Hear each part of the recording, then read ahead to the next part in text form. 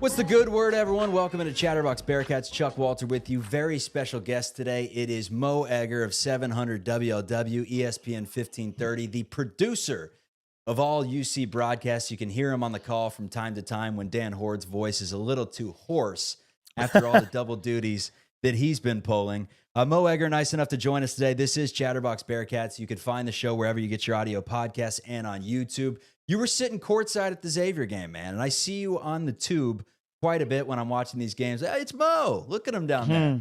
Yeah. Looking good, first of all. Secondly, you looked very scared. Take me through some of the moments of that game. I mean, you look tense, man. Take me through some of the moments down the stretch when the Bearcats were down 7 with, 7 minutes to go. It was kind of, we've seen that story before. Were you expecting them to pull out that game, or you would internally accept a defeat? I had not accepted defeat. I was trying to come up with, like, what's the take going to be, right? Like, what angle are we going to have on this game beyond the obvious, which is Wes Miller's now 0-4 against Xavier. It's funny you say that, because I know a lot of folks who went to the game, including some that I hung out with afterward, who said to me, like watching you during the game was as entertaining as the game itself. And it's not like I can jump around. So I was kind of going through a crisis starting at halftime, because the end of the first half was sort of a microcosm of the series, the UC Xavier series, where UC had a missed dunk, a wide open three they missed, a tip ball, and then Zach Fremantle comes down and calmly drains a three. And after a first half in which the Bearcats led most of the way, suddenly they're losing. Like, it felt like the quintessential crosstown shootout moment from a Bearcat perspective. It was nerve-wracking. Look, that game is nerve-wracking.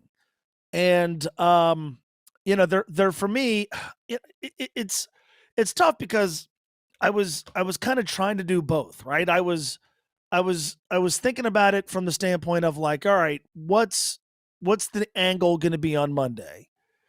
But also the fan in me that was like, and I can't believe they're going to lose this game again, right? And that's no knock on Xavier, man. I mean, I go out of my way, and UC fans get pissed off at me for doing so. I had no issue with Xavier basketball. I got no problem with Sean Miller. Like, the folks there are very, very good to me. I think in large part because I'm transparent with regards to who I root for.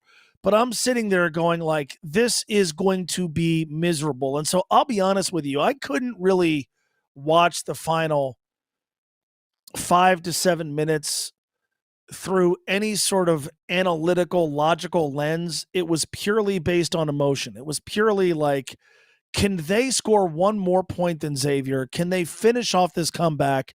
How's it going to go against them? What weird thing is going to conspire to work against the Bearcats? And how's this going to ruin the rest of my Saturday if they don't win? It was a roller coaster, but ultimately one that, from my perspective, and I think for most of your viewers' perspective, it had the outcome we were looking for. It was so sweet, man. It felt like a movie in there. I can name 3 atmospheres that stick out above the rest, games that I've gone to. Xavier in 2017, where Copain hit the shot. I mean, that was just an electric factory.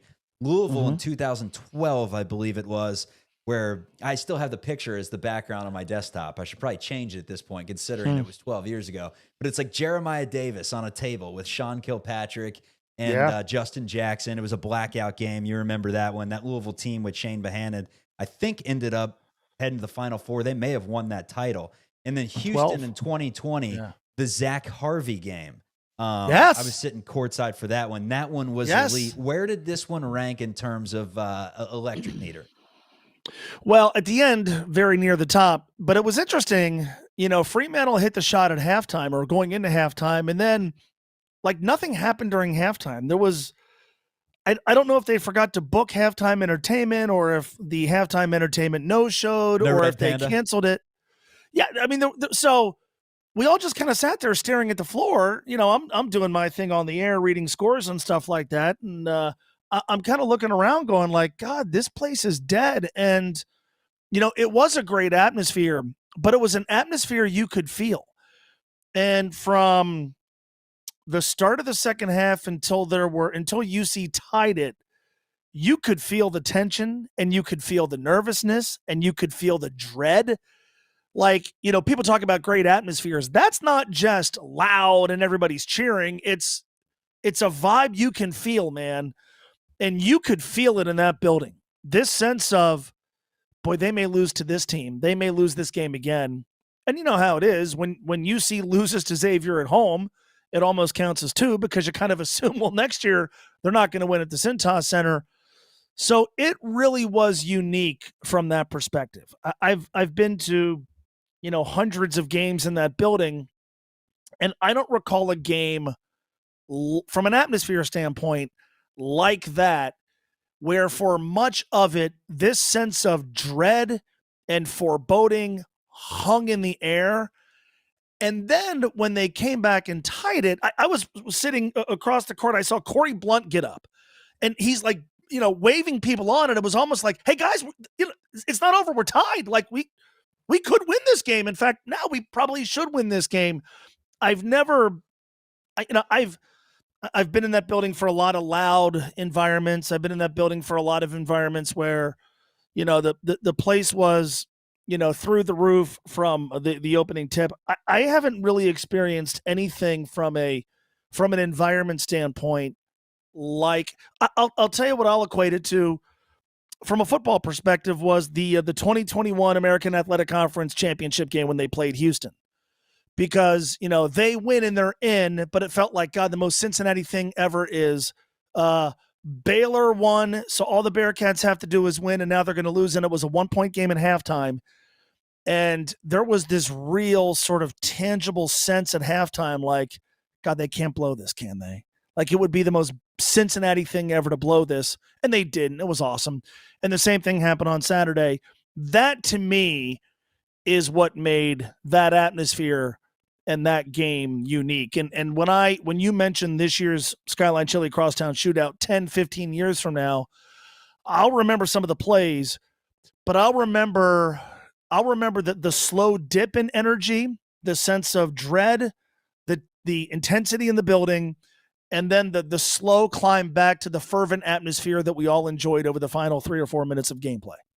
It's hysterical that you say that a 7-point game with 7 minutes to go in the game, and we've just been hurt so many times, Mo. You and I and the other 12,012 fans in that arena, actually standing room only. I don't know what the final number was, but we've been hurt so many times that we had just accepted defeat, and that's kind of hysterical that Corey Blunt had to get him up in a tie game. I don't know if that was hyperbole or if it was seriously a tie game, and he was like, "Come on, guys, it's tied. Let's go." Dan's about to make a bucket to give us the lead. In the first half, they showed Kenyon Martin, and the place goes nuts. And a buddy of mine texted me midway through the second half and said, "Can they show Kenyon again?" Because it kind of felt like nothing could wake the crowd. And like Xavier was ahead, but they weren't pulling away. I did something during that stretch that I never do. I never do this. If you're looking at ESPN's Gamecast, it'll tell you in real time what the win probability is. I never look at that. I have no interest. Hope you didn't look at it against Nevada. No, I know what it was, but no. But when UC was down by 7, I glanced at it just to see, like, all right, mathematically, how improbable is this? Because on one hand, down 7 to go, like, dude, you can make that up in a minute. You can make that up in 3 possessions. No big deal. At the same time, in that particular game, it felt like a mountain. Like, I called it to friends of mine after the game. I'm like, what a comeback. And, it sounds silly, like down 7 to go. Big deal. That happens, every night in college basketball. That felt like more than 7. It felt like conquering the deficit, the history of the rivalry, karma, whatever. It felt like more than overcoming a 7-point deficit. So I was curious, like, all right, mathematically, statistically, which removes all emotion, doesn't care about history, doesn't care about 5 straight, doesn't care about what UC's record against Xavier is over the last 25, 27, 28 years. Statistically, what are the odds that Xavier is going to win this game? And I don't think in that stretch that it climbed above 55 or 56%. So I started to cling to that. Like, all right, well, the computer says it's not a 50-50 chance, but they do have a chance. And then when UC took the lead, I quickly closed that tab because I didn't want to see what the probability of the Bearcats winning was. How were they able to win it? Because you look at Jizzle James going 0 for 11. You look at Seamoss's sluggish start, and I know he finished the game pretty hot. Dan Skillings, when it was all said and done, played pretty well the last 8 minutes, the last couple TV timeouts of the game. Day-Day, Aziz, Connor Hickman gave them massive minutes that would not have allowed Cincinnati to even really be in the game had they not given those really good minutes. But is there one player, is there one play that kind of changed everything? I look at the Fremantle missed dunk is kind of like the one bounce that Cincinnati never gets in this series. They got that bounce in terms of him getting stuffed by the rim and then Seamoss immediately going down and hitting the floater. Yeah, I mean, the obvious one for me is the Skillings putback, which, call it what it is, he left early by his own admission. But that was the first time that I said to myself, they're going to win this game. I mean, that's the first time that I said to myself, like, all right, they're in the driver's seat. They now should win this game. For me, the answer is Xavier ran out of gas. And that's not to take anything away from UC. Look, I agree with everything that Wes Miller had to say about, like, to win a game like that, take some big ones where you've got guys who don't shoot it well. You miss a ton of layups. Your half-court offense totally falls apart. And yet you find a way to win. I thought Cincinnati's, I think UC defensively is underrated. Like they get after it defensively. They're not perfect by any stretch, but I thought that combined with Xavier just kind of running out of gas and UC to a degree taking them out of their offense. I thought that's why they won the game. If I were to boil it down to one thing, but I also think the better team did win. Now they're not flawless and they have to play better. And, the cool thing about that was they did win a game like that in which they played poorly, but objectively speaking, I think UC is the better team. And that's with Xavier having Zach Fremantle have a terrific first half. But yeah, I think if you wanted to talk about like one play that maybe swung things in one direction, the Fremantle dunk, there was a bucket by Lukosius in there, I guess, right after the missed dunk that kind of felt like it got the crowd going again. Jizzle's 2 free throws, which, good for him at the end of an 0 for 11 night. I'll say this about him, man. His body language never changed. You never looked at him and saw frustration. You never looked at him and saw a guy who was hanging his head. He looked like a dude that, all right, next play. And when it was time for the next play to make 2 free throws, he made them. And oftentimes, as UC fans, we know how some of the free throw challenge teams that we've watched have done at that line in that situation. He made them, which is a credit to him. One of the things the Bearcats aren't challenged in this season is putting the ball in the basket via the dunk. The Duncan Bearcats, who Danny and I have called, and we'd love to get a Duncan sponsorship. If any of our listeners own a small franchise and want to support the show, we'd absolutely love it. But man, there were some teams back in the day, Hicks, Maxiel, James White. I mean, you saw a lot of dunks. Kenyon Martin and DeMar Johnson on the same team, Kenyon Martin and Mel Levitt on the same team. What those teams didn't have, correct me if I'm wrong, they didn't have leaping point guards like a Jizzle James or a Day-Day Thomas who literally on the break can cram it in your face. Is this the greatest Bearcats dunking team you've ever seen? Might be. Yeah. Because when you think a lot of those dunkers you just talked about, you think of them in transition or off misses, right? Like Melvin Levitt's 2 most iconic dunks. One is off a miss against Alcorn State. The other is, it's on a set play against Duke, but it's on the run. Like you think of James White in transition. What UC has gotten good at when they play Georgia Tech. I was lucky enough to call that game because football was playing on the same day. When UC played Georgia Tech, it was I saw a defense do something I had never seen before, which was we're going to let UC's guards penetrate because we have to stop the lob pass.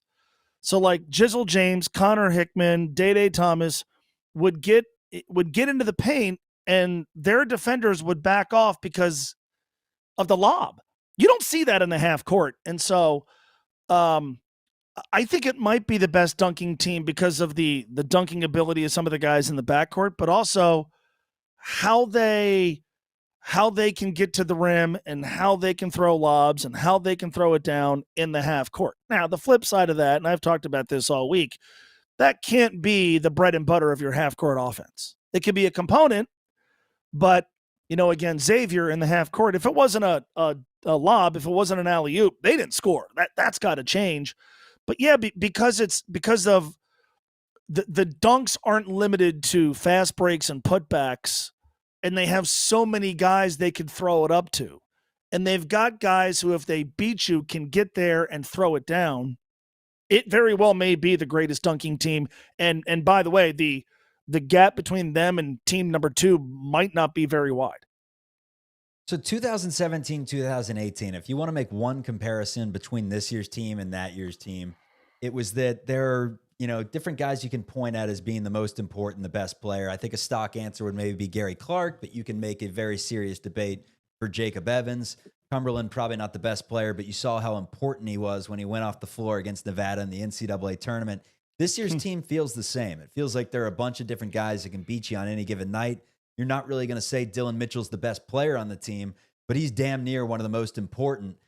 Let's start there. Let's do a double-barreled question, because my talent coach in this industry said never do a double-barreled question. So I'm going to stick it right to her and say we're going to do a double-barreled question. First of all, who's the best player on this team? Secondly, is this team better than 17-18? First of all, I need a talent coach. Can you put me in touch with her? It didn't work. I'm in sales. Well, I hear you.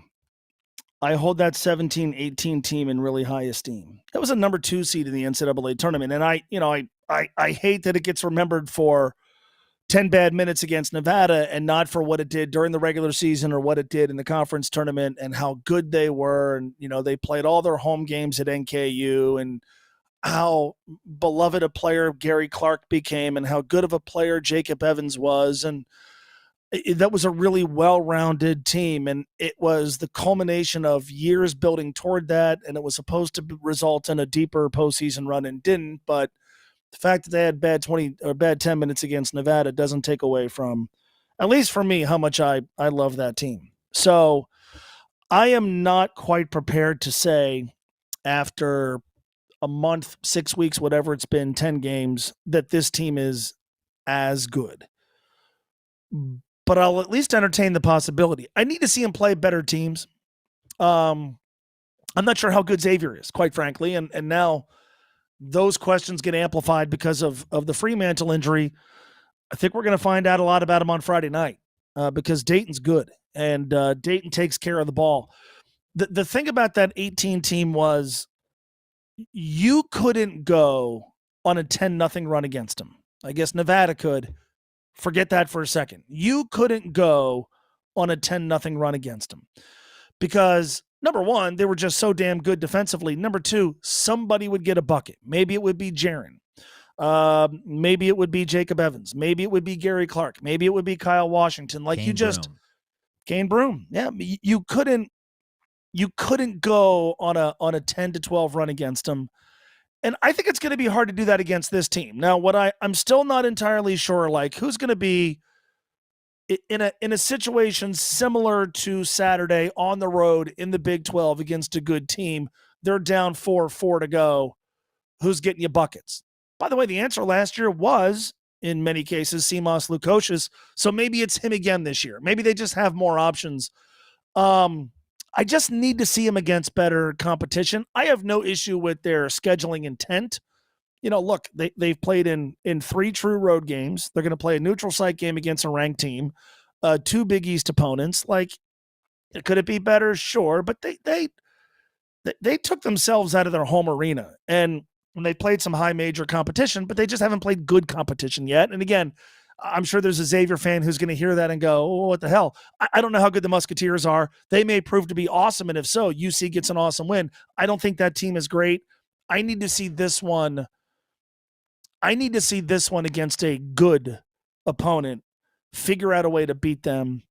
before I put them in the conversation with the 18 team. But that statement is more a reflection of how good that 18 team was and how much I loved it in real time and love it 6.5 years later. Dayton team is definitely good. Let's discuss that for a little bit. We have one thing in common, Mo. We are two diehard fans of Bearcat basketball that are not alums of the school. Myself, Ohio University, you, the University of Dayton. Now, I can't tell you anything about OU basketball. Like, I went there for the journalism degree, not for the Convocation Center. Although the Convo, the best fans in the MAC, I'll tell you that much. Yeah, but sure. I'm Bearcats through and through. You're Bearcats through and through as well. But you do, from what at least I've seen surface level, follow the Flyers more than here and there. So you're the perfect person to have on for the breakdown. Tell me, how good is this Flyers team, and where's the matchup nightmare going to be for Cincinnati? The matchup nightmare is going to be Dayton doesn't turn it over. I think as of you and I doing this, they are still number 1 in the country in fewest turnovers per game and in the top 10 in fewest turnovers per possession. So if you're going to stop them defensively, you either have to figure out a way to turn a team over that takes really good care of the basketball, or you have to force them into missed shots. Now, when that happened against North Carolina in the second half, Tar Heels come back after being down 21. Iowa State came back against them against Maui.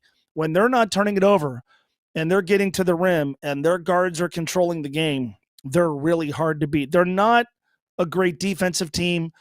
I think was evident by what happened to them against Carolina and Iowa State. When they needed a stop, they couldn't get one. And they're not the deepest team ever.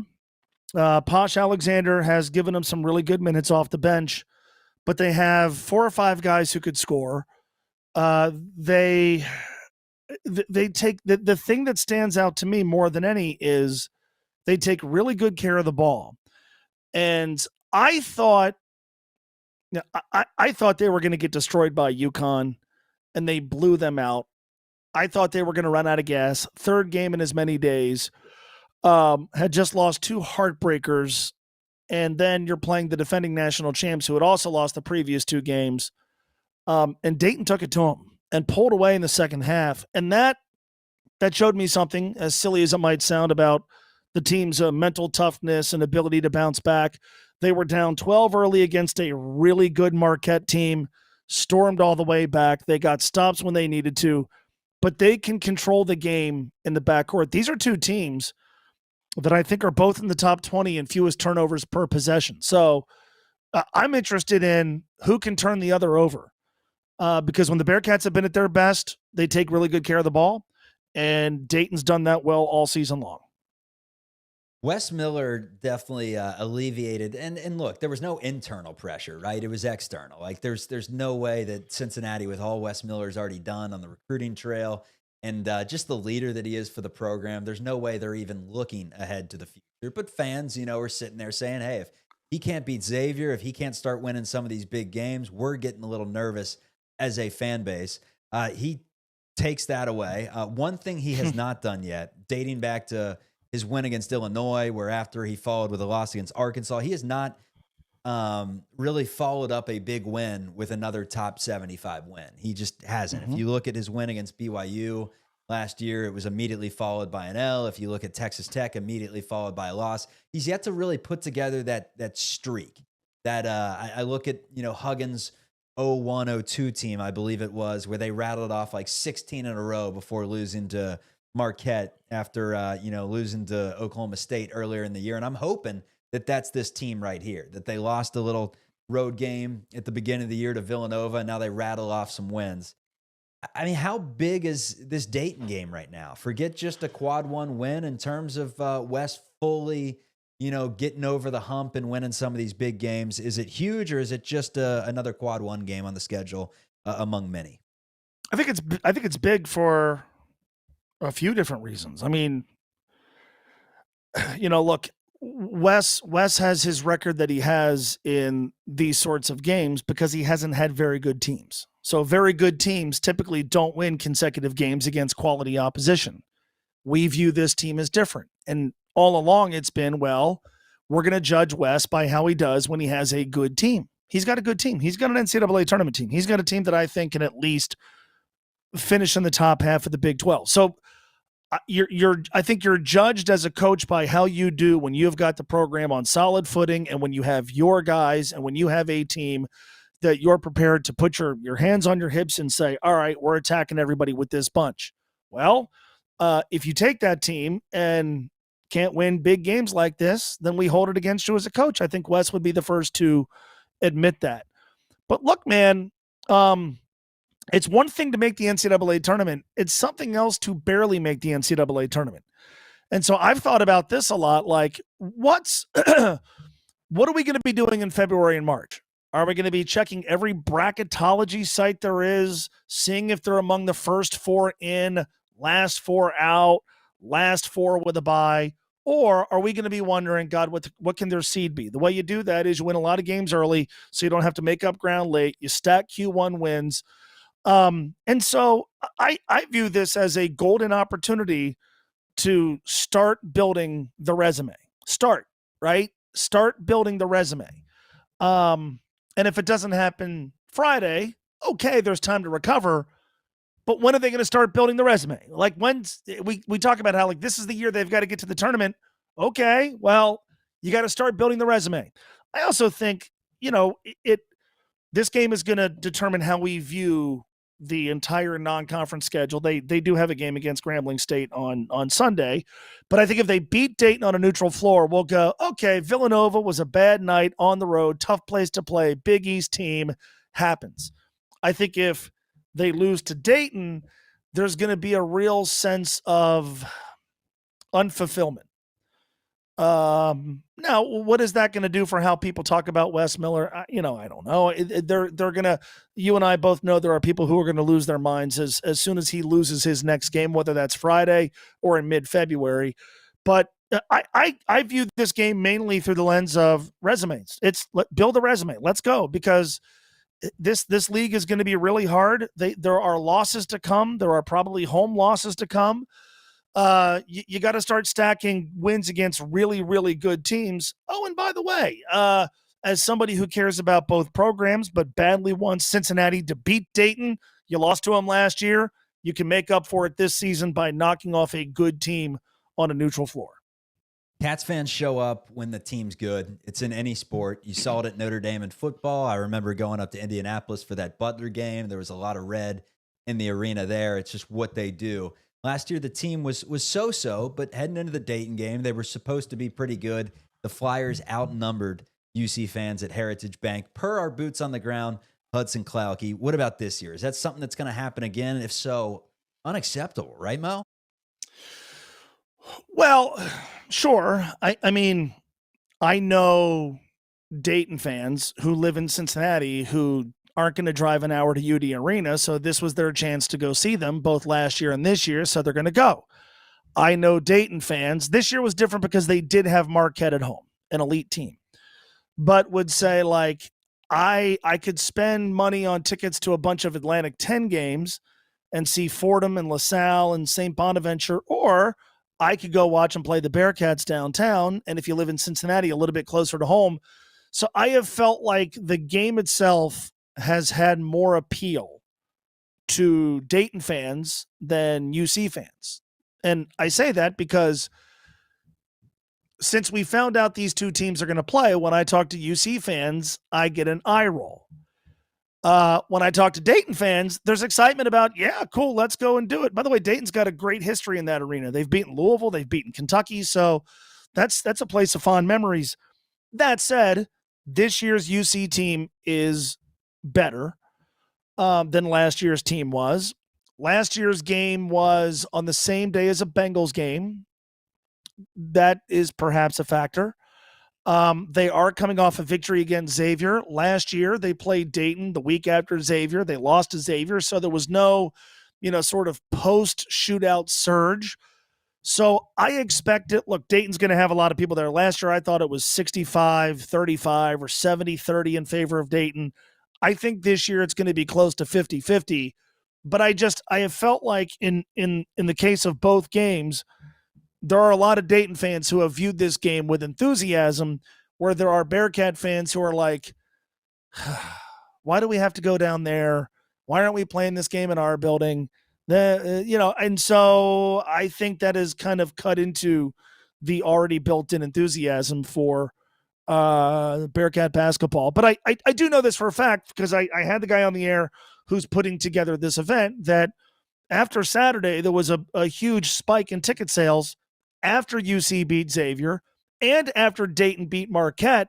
And I think Dayton beating Marquette helped sell tickets to UC fans who now understand I'm going to go watch a game between two ranked teams. And so I think the atmosphere is going to be awesome. And last year it was good, but I think it was tilted in favor of one school. I'm not sure that's going to be the case this year. Love it. That's Mo Egger. You can hear him on 700 WLW, ESPN 1530. Just a voice that's synonymous with Cincinnati sports talk. It's not even close. Best in the tri-state. If you haven't checked him out, be sure to do it. I definitely knew what stations he was on before the show today when we were talking. Mo, good stuff, and best of luck in the struggle for the steak, man. I need a point this week. By the way, if your viewers were watching, wondering what I was doing before, I was about to lose power on my laptop. So it looked like I was shooing a cat off my feet or something. That's Saved by the bell. Saved by the bell. I want to be totally unprepared and have the thing go out. So we're good. Charlie, thank you for having me. Do it again, man. Absolutely. See you, Mo.